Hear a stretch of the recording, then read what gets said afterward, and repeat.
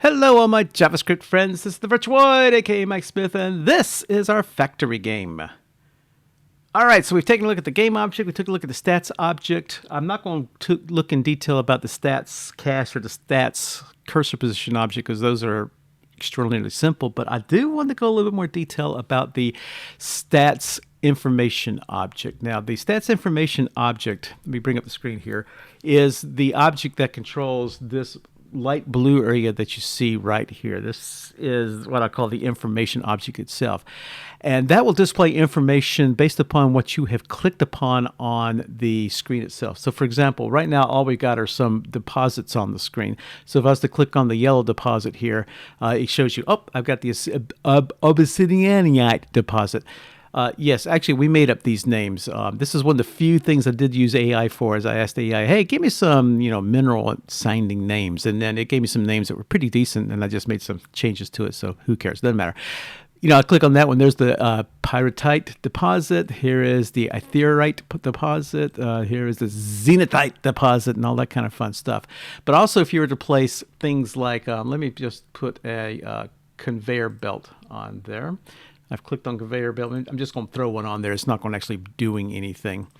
So if I put a conveyor belt on the screen, let me scroll in just a little bit so we can see it. As you notice, I clicked on it. It says now I've got a conveyor straight. If I was to put an extractor up on the screen, what's a good one I can do here? Let's do that one. So we'll click on extractor and we'll place that one right there. And once I put the extractor on the screen, if I click on extractor, notice it's brought up a whole lot of information, a lot more information, plus giving me the ability to upgrade that extractor if necessary.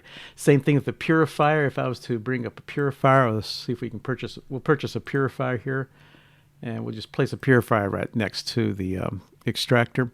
So that will give me information on, or if I click on the purifier, that also gives me information on the purifier itself.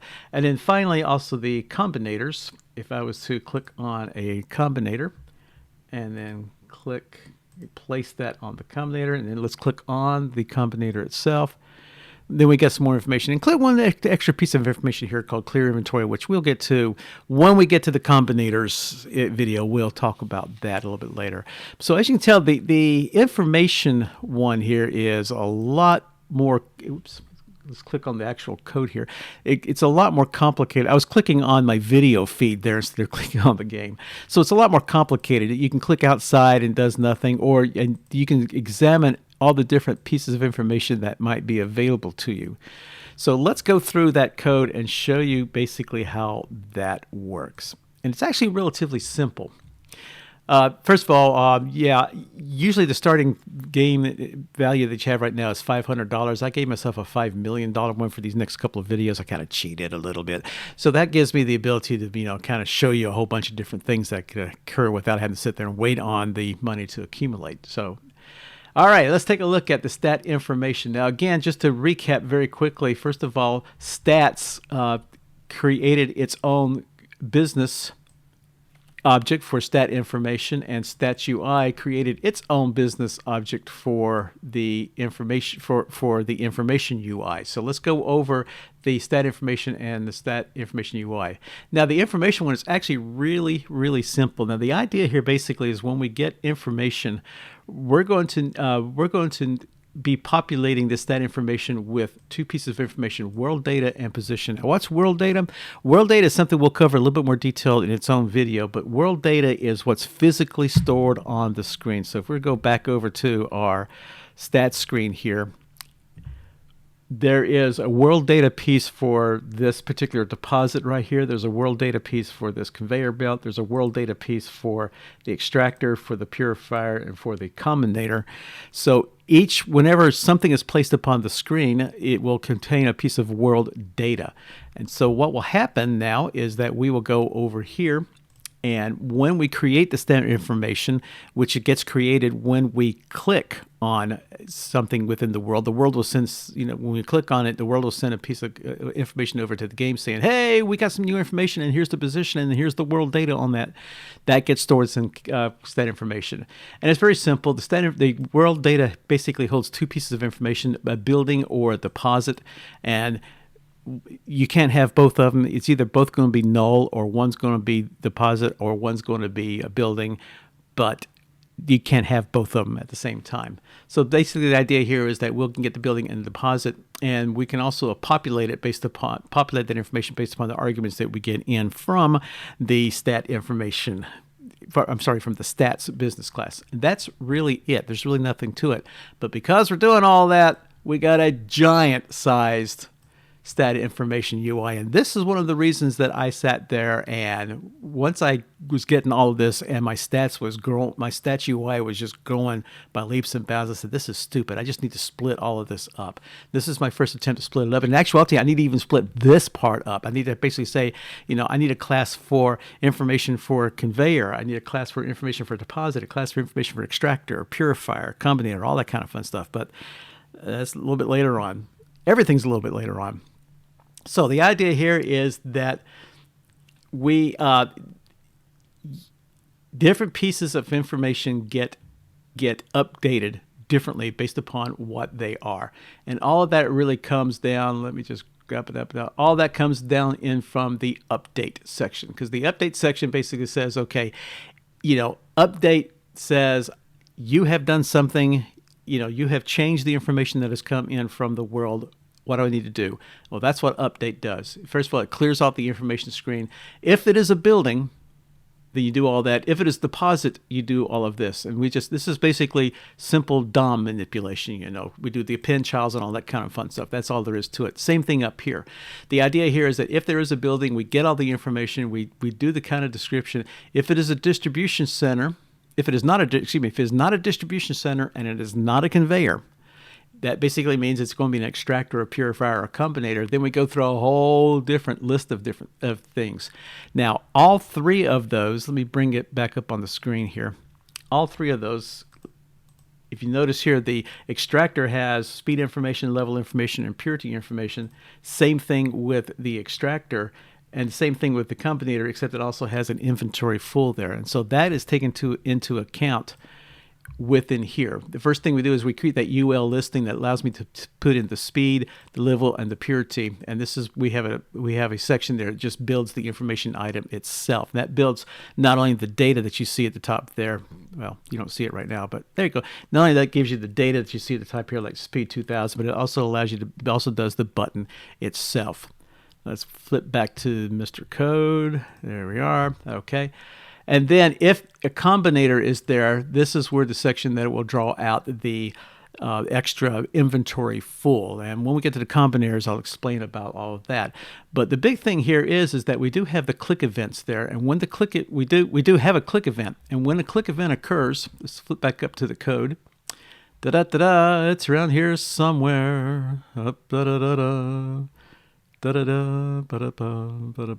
there it is right there. Process upgrade. Because all of these buttons that you see up on the screen, the 6K, the 6K, the 300K, the 6K, and the clear inventory are just simple buttons. And so all I really do here is, and they do something about leveling up all the different extractors or the purifiers or the combinators. And that will be in the process upgrade. As you can see here, if the upgrade type is speed, level, purity, or clear inventory, then we do different things. We upgrade the speed, we upgrade the level, and we upgrade the purity.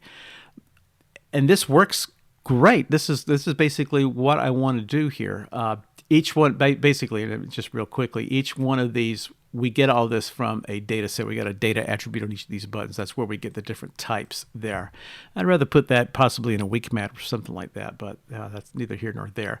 So the idea here is that allowed me to upgrade the purity, and then each one of the sections here not only has an upgrade portion to it, but it also has a render portion to it.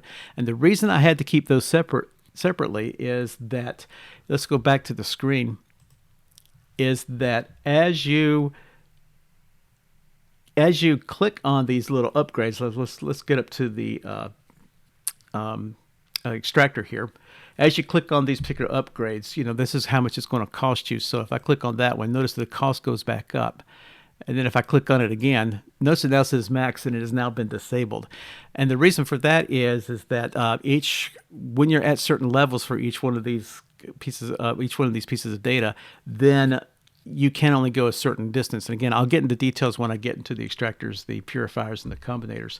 But watch what happens to the speed over here, because I can't click on it anymore. But watch what happens to the speed over here when I upgrade my level. Aha, notice I now can upgrade now to say 225. I can upgrade a little further now. So the idea here, the reason I had separated the reason I had separated things like the upgrade and the render is that because there are certain things, especially when you click on the level button, in which you now have more options available to you with that particular button, where it's not you're not at the maximum anymore. For instance, if you go up the level, you can then click, they will activate those particular buttons. Also, the same thing is if you're low on cash. If for example, let me just go back to the screen here. If, for example, I didn't have 2.5 thousand in, or 2,500 in my cash, just ignore the fact that I still got 4.9 million. But if I didn't have that in there and that was disabled, and then suddenly, I've got some extra money on the once the ore gets delivered over to the distribution center, that change of money not only goes to the cash, but it also goes to the information. And I mentioned that in the last video. Let me go over to game here. I'll just show it to you one more time here. Actually, it's inside state. I'm sorry, it's inside stats. I can remember exactly where it is. Yeah, here it is. So essentially, when I get a stat cache, not only do I send it to the cache UI, but I also send it to the information UI, because there is a possibility that these, I now have enough money to be able to make that button available. So it's this is the beauty of eventing here, is that I could just send events, or once I send that event, I can get all this data available to me, and I can just throw it out to the cache, throw it out to the information center, and it updates itself automatically.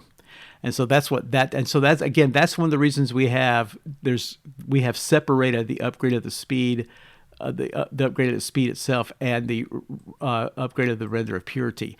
Now, because of that, in reality, and this is where I did a lot of refactoring. In reality, this really belongs inside the business section and not here inside the UI section.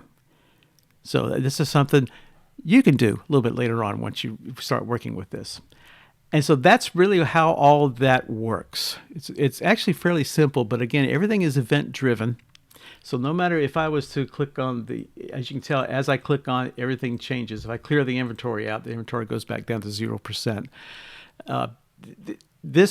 The way it's been structured here now, having each one of these different sections all by itself, and the information section all by itself, gives me the ability, first of all, when I do unit tests, to be able to test everything, but be able to logically just understand, if I'm going to just work with the information section, I'm going to just work with the information section. I'm going to do all this kind of fun stuff. Now, as an upgrade here, if I wanted to do some more refactoring and still delay all these particular videos, I would have a class for just the extractor information, conveyor information, deposit information, and so on and so forth. And so that's all there is on the stat information section. I'm going to cover a very quick little video next on the stat inventory section. Thanks for watching. Subscribe to this channel to view more videos. Click on the like button on this video and visit us at virtuoid.com. Also, support us on Patreon, where you can get access to member-only videos. Links are down below. Again, thank you very much for watching, and keep on coding.